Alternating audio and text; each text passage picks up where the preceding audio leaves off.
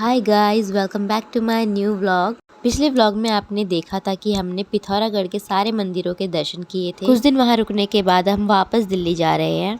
हमारी फ़्लाइट पिथौरागढ़ से पंतनगर के लिए थी और हम टाइम पर पिथौरागढ़ एयरपोर्ट पर पहुँच भी गए थे, लेकिन मौसम थोड़ा पहले ख़राब होने की वजह से फ़्लाइट पहले थोड़ा सा डिले हुई और 3 घंटे वेट करने के बाद फाइनली कैंसिल भी हो गई थी। इतना वेट करने के बाद दैविक को लग गई थी भूख, इसलिए हमने उसको चिप्स पकड़ा दिए थे ताकि वो एक जगह पर अच्छे से बैठ जाए और तंग ना करे।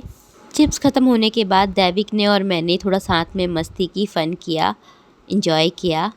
और वेटिंग रूम से बाहर आने के बाद हमने मौसम का जायज़ा लिया तो बहुत ही अच्छा मौसम हो रहा था। उसके बाद दैविक और दैविक के पापा खेल रहे थे। आप देख सकते हो वो दोनों कैसे एंजॉय कर रहे हैं। फ़्लाइट तो डिले हो ही गई थी, लास्ट में जब पता चला वो कैंसिल भी हो गई है, तो अब हमने ऑप्शन बदला और गाड़ी बुक की हल्द्वानी जाने के लिए।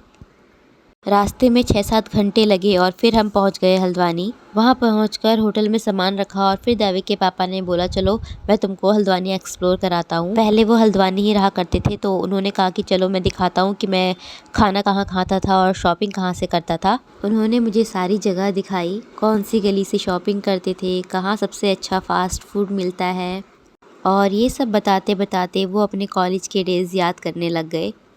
एक्चुअली उन्होंने कॉलेज हल्द्वानी से ही किया था, तो उनकी पुरानी यादें एक बार फिर से ताज़ा हो गई थी इन हल्द्वानी की गलियों में आकर। लेकिन देर रात होने की वजह से यहाँ पर सेफ़ नहीं लग रहा था, तो हम वापस से होटल रूम में वापस आ गए। होटल आते ही मयंक ने डिनर ऑर्डर किया और तब तक दैविक बिस्किट और टीवी इंजॉय कर रहा था।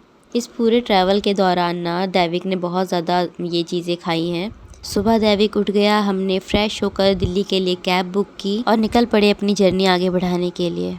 हल्द्वानी का वेदर भी बहुत अच्छा था, जिसकी वजह से ट्रैवल आराम से हो गया था। दैविक को भी वॉमिटिंग नहीं हुई, जिसकी वजह से हम दोनों परेशान नहीं हुए। वो बहुत खुश था क्योंकि उसको नानी के घर जाना था। हमने विंडो खोली हुई थी और इतनी अच्छी हवा चल रही थी कि हमें एसी की ज़रूरत नहीं पड़ी। आप मेरे उड़ते हुए बालों से ही आइडिया लगा सकते हो कि हवा कितनी अच्छी चल रही थी। थोड़ी देर बाद दैविक अपने पापा की गोद में चला गया था। विंडो से बाहर देखते हुए रोड पर जो गाड़ियाँ चल रही थी, दैविक उनको नाम से बुला रहा था, जैसे गाड़ी, ट्रक, कार, बाइक्स, ये सब वो गाड़ियों को नाम से बुला रहा था। खासकर उसको बाइक्स और कार बहुत ज़्यादा पसंद है, जो मुझे लगता है कि हर लड़के को कार और बाइक्स बहुत ज़्यादा पसंद आती हैं। इतना ट्रैवल करने के बाद अब हमारे पेट में चूहे दौड़ रहे थे, इतनी ज़्यादा भूख लगी थी कि बता नहीं सकते। अब हम ढूंढ रहे थे कि रास्ते में कोई रेस्टोरेंट या ढाबा मिले जहाँ पर रुककर हम कुछ खा लें, पर अभी तक ऐसा कोई ढाबा या रेस्टोरेंट बीच में हमें नज़र नहीं आया। लेकिन थोड़ी देर गाड़ी आगे चलने तक भैया ने बोला कि थोड़ी देर आगे 15-20 मिनट के रास्ते पर एक ढाबा आएगा, वहाँ खाना अच्छा मिलता है, तो हम वहाँ जा रहे हैं अभी। और आज जब मैं व्लॉग एडिट कर रही हूँ ना, तो मुझे सर्दी जुकाम लगा हुआ है, तो जिसकी वजह से मेरी आवाज़ थोड़ी ख़राब आ रही है, तो इग्नोर करना। तो अब हम आ गए हैं ढाबे पर और यहाँ हमने पेट भर के अच्छे से खाना खाया। तो ये था हमारा पिथौरागढ़ से दिल्ली लौटने का ट्रैवल एक्सपीरियंस, थोड़ा अनएक्सपेक्टेड लेकिन मेमोरेबल। अगर व्लॉग अच्छा लगा हो तो लाइक, शेयर, सब्सक्राइब करना मत भूलना। मिलते हैं नेक्स्ट व्लॉग में, तब तक के लिए बाय बाय।